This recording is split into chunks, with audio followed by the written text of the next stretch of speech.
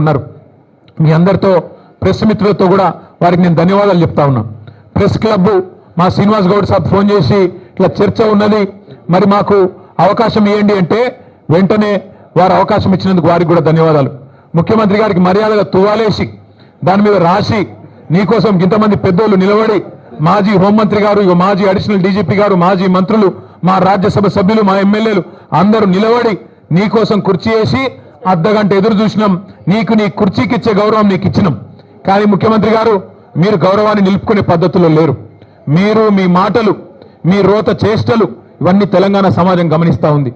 పెద్దలు కేసీఆర్ గారిని మీరు ఎట్లా ప్రతిరోజు దుర్భాషలాడుతున్నారో ప్రపంచం మొత్తం చూస్తూ ఉంది.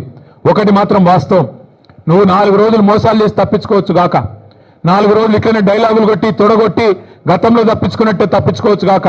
ఆయన ముఖ్యమంత్రి గారికి సవాల్ చేసుడు పారిపోడు కొత్తేం కాదు. మీకు యాదికుండాలే 2018లో ఇదే సిపాయి డైలాగులు కొట్టిండు.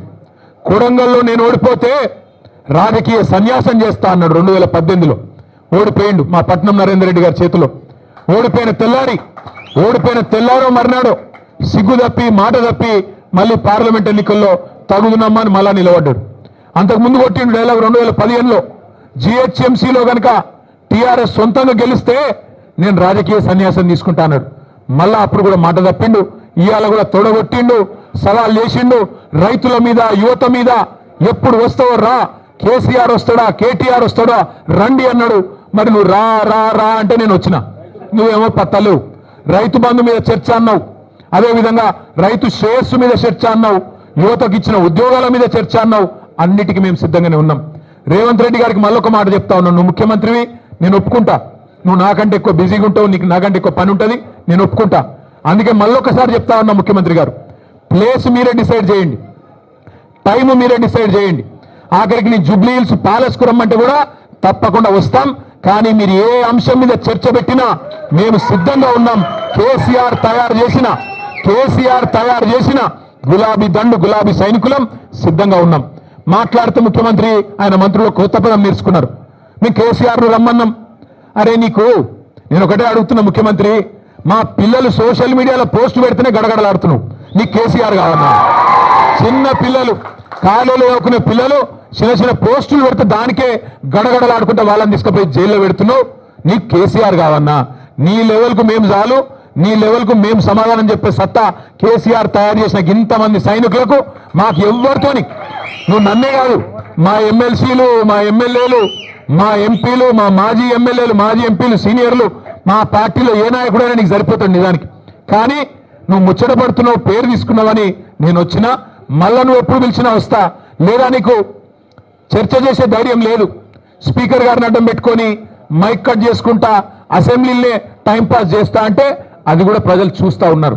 నీకు నిజంగానే నిజాయితీ ఉంటే, నిబద్ధత ఉంటే చర్చకు రా, లేకపోతే ముక్కు నేలకు గీసి కేసీఆర్కు క్షమాపణ చెప్పు.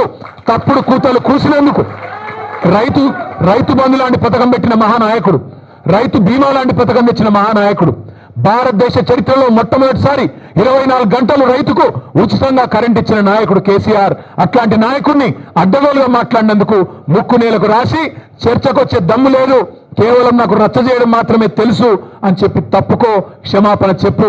అంతేగాని ఇట్లాంటి పనికిమాలిన డైలాగులు, పనికిమాలిన సవాళ్లు మరొకసారి విసిరొద్దు. విసిరితే మాట మీద నిలబడు అని మళ్ళొకసారి విజ్ఞప్తి చేస్తూ, ఈరోజు పెద్ద ఎత్తున కదిలి వచ్చిన మా ఆడబిడ్డలు, మా అన్నదమ్ముళ్ళు పేరు పేరున అందరికీ నమస్కారాలు. చివరిగా इंग्लिश मीडिया, हिंदी मीडिया కూడా ఉన్నది, వారి కోసం ఒక రెండు మాటలు. हमारे यहाँ के तेलंगाना राज्य के मुख्यमंत्री रेवंत रेड्डी, जिन्होंने 420 वादे तेलंगाना की जनता से करके जीत के गद्दी पे बैठ गए, जिस दिन से जीते, जिस दिन से उनको जीत मिली, जब से वो मुख्यमंत्री बने आज तक एक भी वादा ढंग से अमल नहीं कर रहे। उसके ऊपर आज रेवंत रेड्डी ने हमको ललकारा, हमको चैलेंज किया, या तो केसीआर आए आपके पार्टी से, चाहे केसीआर को बुला लीजिए या केटीआर को बुला लीजिए, मैं चर्चा करने के लिए तैयार हूं कि किसानों के लिए किसने क्या किया, तेलंगाना की युवा के लिए 10 साल में आपने क्या किया, 18 महीने में हमने क्या किया, इस बात पे चर्चा करने के लिए हम तैयार है करके रेवंत रेड्डी जी ने हमको सवाल किया। सवाल को हमने स्वीकारा और आज प्रेस क्लब में हमारे प्रेस भाई और बहनों के सामने यहां पे हमने इंतजार किया आधा घंटा। मुख्यमंत्री जी को एक अच्छी तरह से यहां पे उनके लिए कुर्सी भी सजा के यहां पे हमने रखा, उनका इंतजार भी किया। बट लगता है रेवंत जी को सवाल करना आता है, जवाब सुनने का उनको कोई पेशेंस नहीं है, उनमें कोई सब्र नहीं है। भाइयों, मैं आपसे इतना ही कहूंगा कि ये 420 वादा करने वाली जो कांग्रेस गवर्नमेंट है, इनकी पूरी तरह से इनकी जो रवैया है, इनकी जो सोच है, इनकी जो ढोंग है, ये सब हमारी तेलंगाना की जनता जान चुकी है। राहुल गांधी, मल्लिकार्जुन खड़गे साहब जो पॉलिटिकल टूरिस्ट बन के आए और यहां पे SC ST declaration, BC declaration, Telangana youth declaration, 2 lakh युवाओं को रोजगार, ये सब वादा किया। ये तेलंगाना की समाज आज हर चीज नोट कर रही है। आज मुख्यमंत्री के लिए हमने इंतजार किया, वो आए नहीं। हम तो तैयार है, आगे भी मुख्यमंत्री अगर प्लेस तय करेंगे, डेट तय करेंगे, जहां भी वो बुलाएंगे हम तैयार रहेंगे, हम आएंगे। और साथ ही साथ आखिरी में मैं इतना ही कहूंगा कि कांग्रेस पार्टी की